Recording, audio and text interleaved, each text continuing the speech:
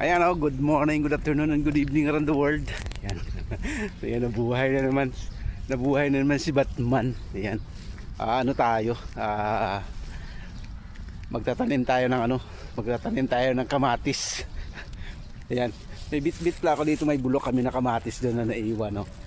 Itong kamatis na to, special to na kamatis. Itong ito yung kamatis na pang salad. Not an ordinary kamatis, not an ordinary tomato. Ito yung pang salad na kamatis. So mayroon ditong ating kasamang meron tayo ditong friend na Bangladesh. Meron siyang lagwerta dito. Gagawin natin, nagbitbit ako galing sa bahay ng kamatis na bulok. Ibubud natin dire kung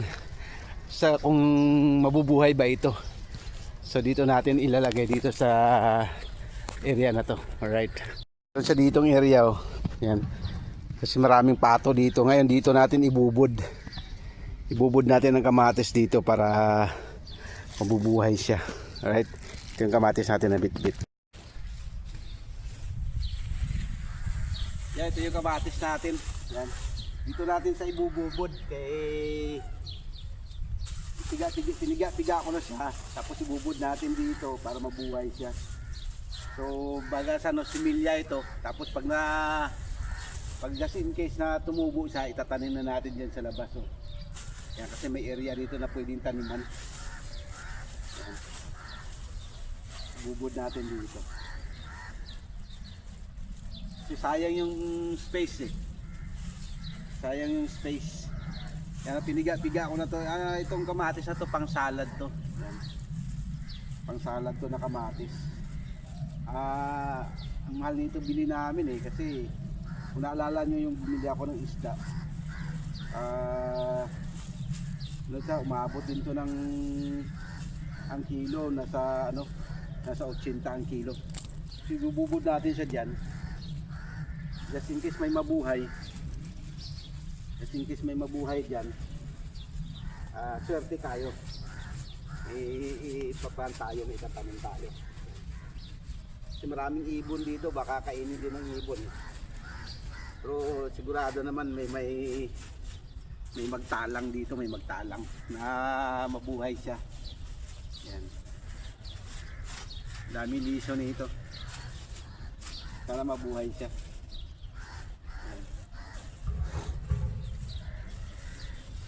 Sayang yung sayang yung tawag dito. Sayang ang mga liso. Tumayan tayo ditong kahoy. Yan, ganun-ganon lang natin. Just in case baka mabuhay siya, mga buto niya. So sortihin ba? Sortihin. Yan. Ang mga liso dito. So babalikan natin to mga siguro ilang araw. Just in case baka mabuhay siya. So, meron tayong similya. Tapos natin, pag nabuhay siya ililipat natin dun sa sa area na open. Abangan na natin. Baka sakaling tumubo siya. Sayang naman yung sayang yung tawag dito. Sayang yung mga kamatis. Kasi itapon. So baka pwede mabuhay siya pag itinanim natin. Alright. Papakita ko sa inyo yung pwedeng tataniman. Pag nabuhay dito, pag nabuhay dyan, ito yung binubod natin dyan ng mga pwede natin siya dyan itanim mo. Ayan, lawak Yan, ito naka na kung makikita nyo may bakat na siya na pwedeng tataniman. Yan, sigurado mataba dito kasi may mga tubig-tubig na dito So pwede natin kulungin yan ng net. Yan, pwede natin kulungin para hindi papasukan ng mga pato. Alright, abangan na natin to kung mabubuhay siya. Ililipat natin doon. Lang muna, abangan natin ang susunod na kabanata. after 24 hour. Ayan o, good morning, good afternoon, and good evening around the world. Yan. Today, ano tayo? Magtatanim tayo ng kamuti. Ayan. Today, magtatanim tayo ng kamuti para may magugulay tayo after a few months. Ayan. Maybe after a few months, makapagulay tayo. Ayan. So, samahan nyo ako. Ngayon, ang itatanim naman natin ay tawag dito ay kamote and tanglad. Yan. Magtatanim tayo ng kamote at saka tanglad. So tingnan natin kung mabubuhay ito. Kaya samahan niyo ako upang tayo ay makapaggulay uli. It means tayo ay papatubo ng kamote rito sa maliit na garden natin. Pag tumubo ito, atin naman ito i-spread. Yan, paramihin natin.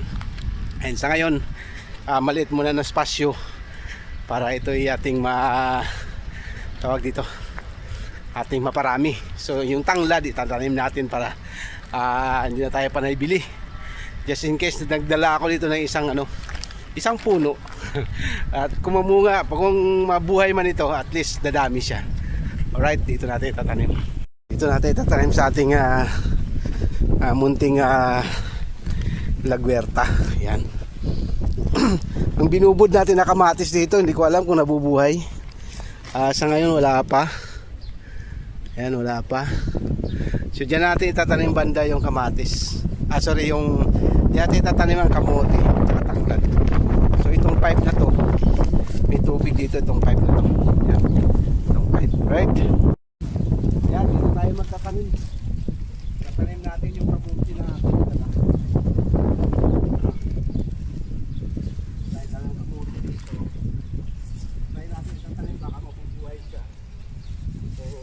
dumami na, paparamihin na natin. Kamuti tayo dito. Try natin. Baka sakaling mabubuhay.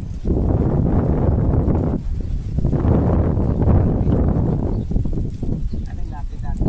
Kasi para just mabubuhay siya. Paparami natin.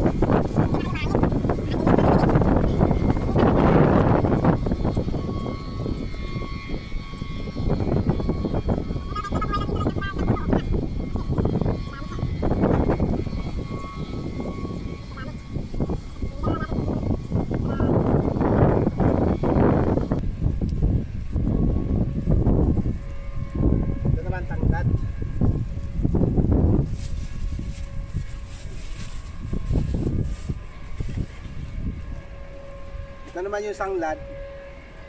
Kaya tatanim natin dito banda.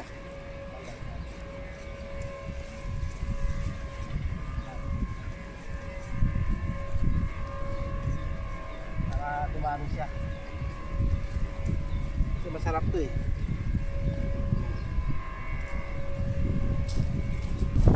Yan, didiligan na natin. didiligan natin para mabuhay sa tanglad natin. Yan.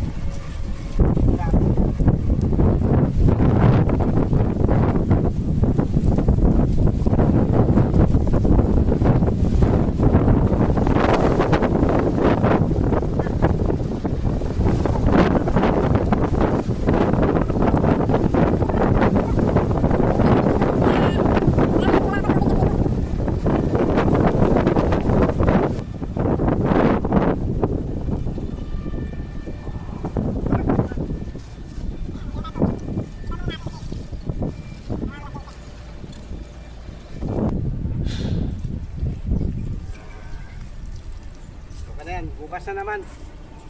Bukas naman umaga.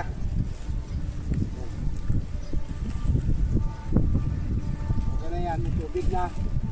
Kaya bukas na naman natin na itutuloy. Pwede na lang natin didiligan yan tuwing umaga para dumami. Alright.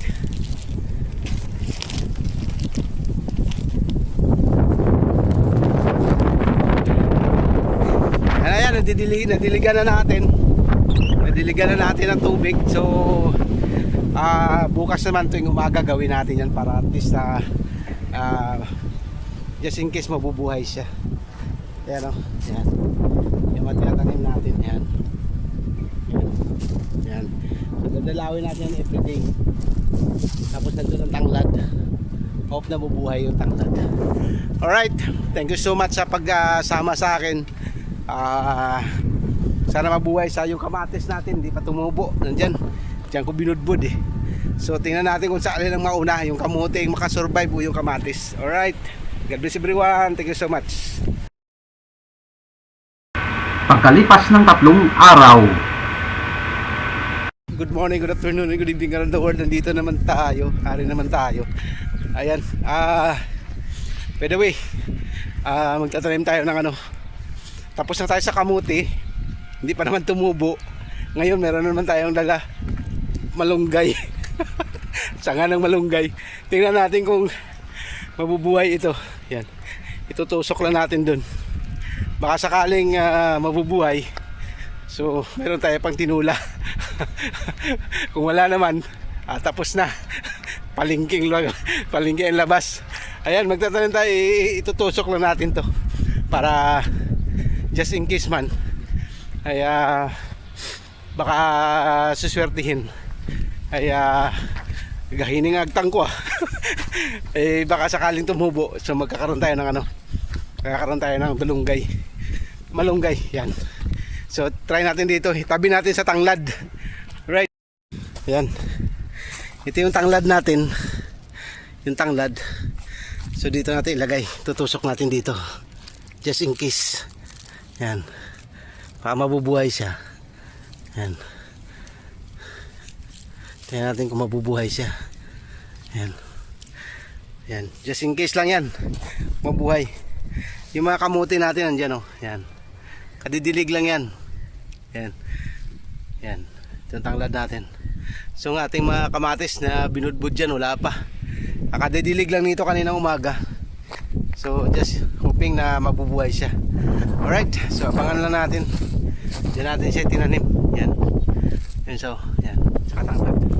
Partner yan sila. Alright. Natain man natin yung arang naitusok na natin ng ating malunggay. So titingnan natin kung mabubuhay siya. Lagi naman tuwing umaga yan nakadilig.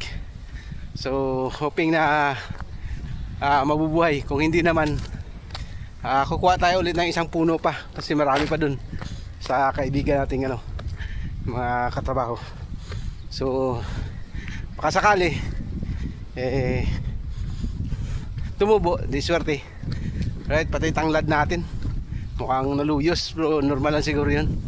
Hoping na gagana, hoping na mabubuhay. Alright, God bless everyone. Sundan natin, subaybayan lang natin kung tutubo na ito. Alright.